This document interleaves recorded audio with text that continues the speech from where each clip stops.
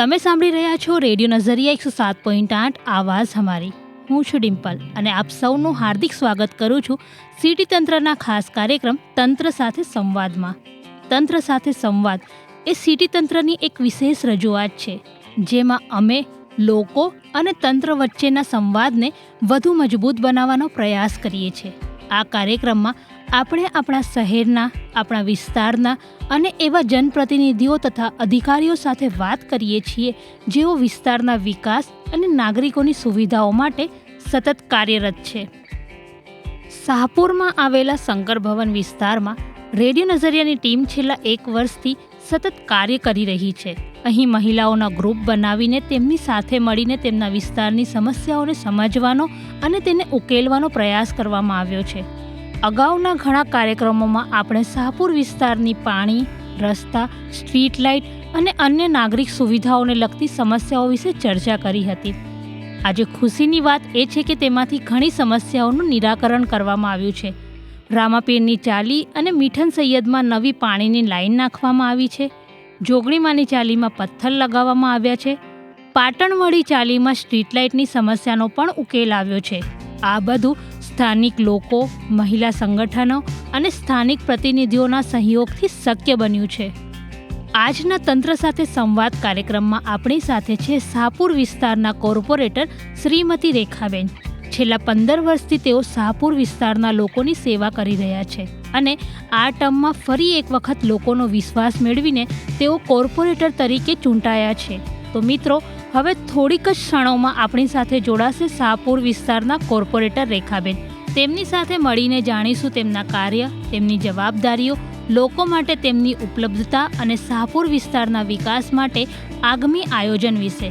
પણ તે પહેલાં લઈએ એક નાનકડો વિરામ. ત્યાં સુધી સાંભળતા રહો રેડિયો નઝરિયા 107.8 આવાઝ હમારી અને સિટી તંત્રનો ખાસ કાર્યક્રમ તંત્ર સાથે સંવાદ.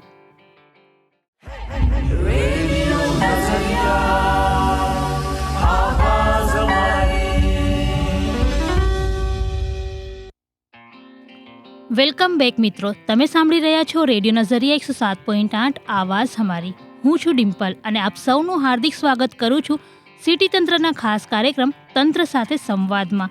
તો વધુ વાર ના કરતા આપણી સાથે જોડાઈ રહ્યા છે શાહપુર વિસ્તારના કાઉન્સિલર રેખાબેન ચૌહાણ.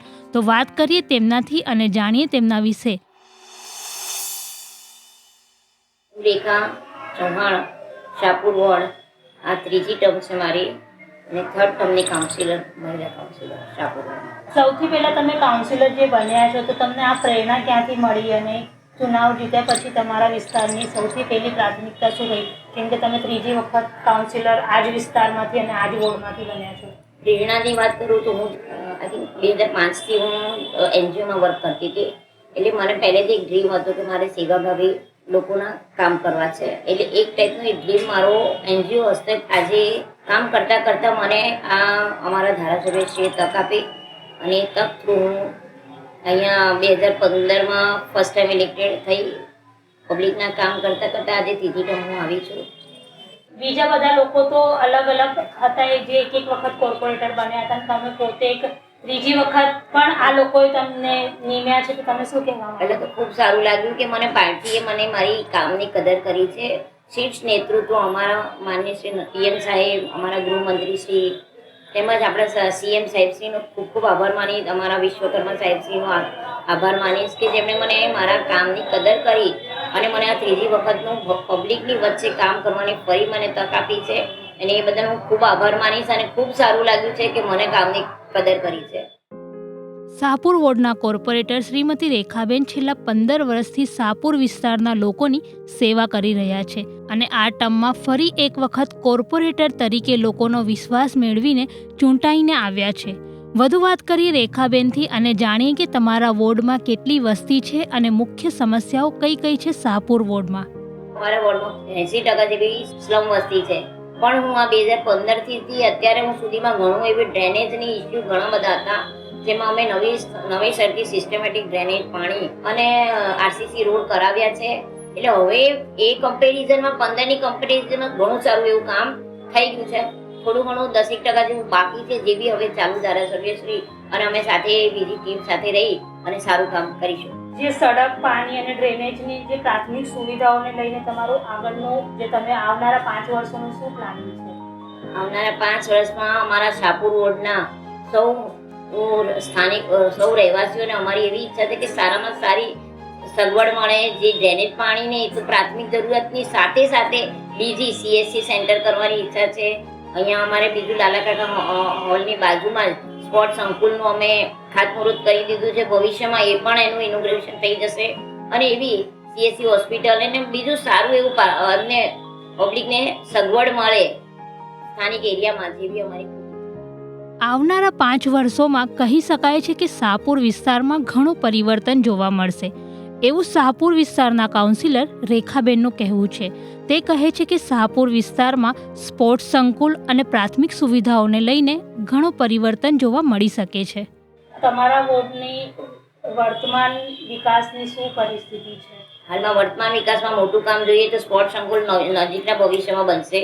લાલાકાકા હોલ તો બની ગયો હતો. અર્બન હેલ્થ સેન્ટર સારું એવું બની ગયું. અમારે નવું બન્યું, મારી ગઈ ટર્મમાં નવું અર્બન હેલ્થ સેન્ટર બન્યું, UHC સેન્ટર. અને ભવિષ્યમાં અમારે CSC હોસ્પિટલની અમે જગ્યા બતાવેલી છે, તો CSC હોસ્પિટલ પણ મોટું બની જશે અને પબ્લિકના સિસ્ટમેટિક ડ્રેનેજ પાણીના તો કામ થાય જ છે. લોકો તમારા સુધી પહોંચી શકે એના માટે લોકો કેવી રીતે તમારા સુધી આવે છે? લોકો તો મારી સુધી પહોંચી જ ગયેલા છે, કેમ કે પુષ્કળ મારા કમ્પ્લેનો ને ફોન્સ ને આવતા હોય છે. એટલે મારું નામ, હું આજે 15 વર્ષથી છું એટલે લોકોની અંદર જ છું. એનો મને ખૂબ ગર્વ થાય છે કે હું લોકોની અંદર છું. અને મહિલાઓ અને બાળકો માટે કોઈ સ્પેશિયલ પ્લાનિંગ હોય તમારું? મહિલા અને બાળકોના કામગીરીથી જ આજે હું અહીંયા પહોંચી છું. શરૂઆતમાં મહિલા બાળ વિકાસમાં મેં નોકરી કરતી આજે હું અહીંયા પહોંચી છું. મારી એવી ઈચ્છા છે કે હું આગળ બી મહિલા બાળને લગતા સરકારની દરેક યોજનાનો એમને સુધી પહોંચાડું. સખી મંડળ છે, UCD છે અને આંગણવાડીની દરેક યોજનાઓ છે અને મહિલા બાળ વિકાસની દરેક યોજનાઓ એમની સુધી પહોંચાડવા મારો પૂરો પ્રયત્નશીલ છું અને આગળ બી રહીશ. આવનારા સમયમાં શાહપુર વિસ્તારમાં જે પરિવર્તન થવાનું છે તેના વિશે તો રેખાબેને આપણને કહ્યું. તેઓ રેડિયો નઝરિયા સાથે ઘણા સમયથી જોડાયેલા છે. શાહપુર શંકર ભુવનની મુલાકાત પણ તેઓએ રેડિયો નઝરિયાની ટીમ અને સંગઠનના લોકો સાથે મળીને કરી હતી. મહિલાઓ અને બાળકોના વિકાસ માટે તેઓ પણ કાર્ય કરી રહ્યા છે. અમે શાહપુર શંકર ભુવનમાં કામ કરીએ છીએ અને અમે એક સર્વે કર્યું છે લગભગ 1000 ઘરનું. તો ત્યાં જે લોકોનો જાતિનો દાખલો છે અને અમુક રેશન કાર્ડ છે, આધાર કાર્ડ છે, એને લઈને સમસ્યાઓ છે ડોક્યુમેન્ટને, તો એમાં તમે કેવી રીતે અમારી હેલ્પ કરી શકો? સરકારશ્રીની દરેક યોજનાનો આપ મને પણ જાણ કરજો. જો તમે બી જો સર્વે કર્યો છે જ્યાં બી એમને જાતિના દાખલા કે આવકના દાખલા કે આયુષ્યમાન ભારત કાર્ડ અને જે બી એમને ડોક્યુમેન્ટ્સમાં પ્રોબ્લેમ સામે ત્યાં મને જાણ કરજો. મારી રીતે બધી પ્રયત્ન કરીશ, અધિકારી જોડે જાણ કરીશ. અધિકારી સારી રીતે કોઓપરેટ કરે છે અને કામગીરી કરશે. તમે સાંભળી રહ્યા છો રેડિયો નઝરિયા 107.8 આવાઝ હમારી. હું છું ડિમ્પલ. સિટી તંત્રનો ખાસ કાર્યક્રમ તંત્ર સાથે સંવાદ. રેડિયો નઝરિયા દ્વારા શાહપુર શંકર ભુવન વિસ્તારમાં એક સર્વે કરવામાં આવ્યો હતો, જેમાં 990 પરિવારના લગભગ 3800 લોકોનો એક ડેટા એકત્ર કરવામાં આવ્યો હતો. તેમાંથી ઘણી બધી બાબતો સામે આવી હતી, જેમાં લોકો પાસે ઈ-શ્રમ કાર્ડ નથી, સરકારી યોજનાઓનો લાભ નથી મળતો, આધાર કાર્ડ નથી, તેવી બાબતો સામે આવી હતી. તો મિત્રો, તમારામાંથી જે લોકોના ડોક્યુમેન્ટમાં સમસ્યાઓ હોય તે લોકો રેડિયો નઝરિયા દ્વારા શાહપુર વિસ્તારના કોર્પોરેટરનો સંપર્ક કરી શકે છે અને પોતાના ડોક્યુમેન્ટમાં જે સમસ્યા હોય તેમાં સુધારો કરી શકે છે અને પોતાનું જીવન થોડું આસાન કરી શકે છે. આની પહેલાની જે ટર્મ હતી એમાં રેડિયો નઝરિયાને સપોર્ટ કર્યો હતો, તો થોડું એના વિશે તમે જણાવી શકો કે? આપની રેડિયો નઝરિયા ખૂબ સારું કામ કરી રહી છે, જેને લીધે આજે મારી બીજી વાર બી તમે મારી પાસે આવ્યા છો અને સારું પબ્લિકનું બી તમે સારું કામ કરી રહ્યો છો કે ત્યાં નીચે ગ્રાઉન્ડમાં આપ બી જાઓ છો અને પબ્લિકને જે યોગ્ય તમારાથી થાય એટલી તમે બી મદદરૂપ રહો છો. એ બધું સારું કે કાઉન્સિલર બનવા પછી તમારા જીવનમાં શું બદલાવ આવ્યો છે?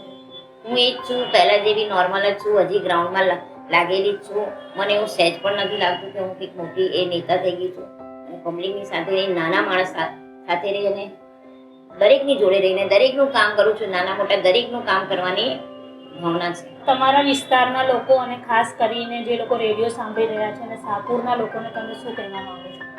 શાહપુરના લોકોનો હું ખૂબ ખૂબ આભાર માનીશ. સૌથી પહેલાં તો કે તેમણે મને આજે આટલું મને પ્રેમ કરે છે અને આટલું મને મારી કામની કદર કરી અને મારી સાથે છે. અને બસ એમનો આભાર વ્યક્ત ખાસ કરીશ. થેન્ક યુ સો મચ, તમે અમારા સાથે જોડાયા.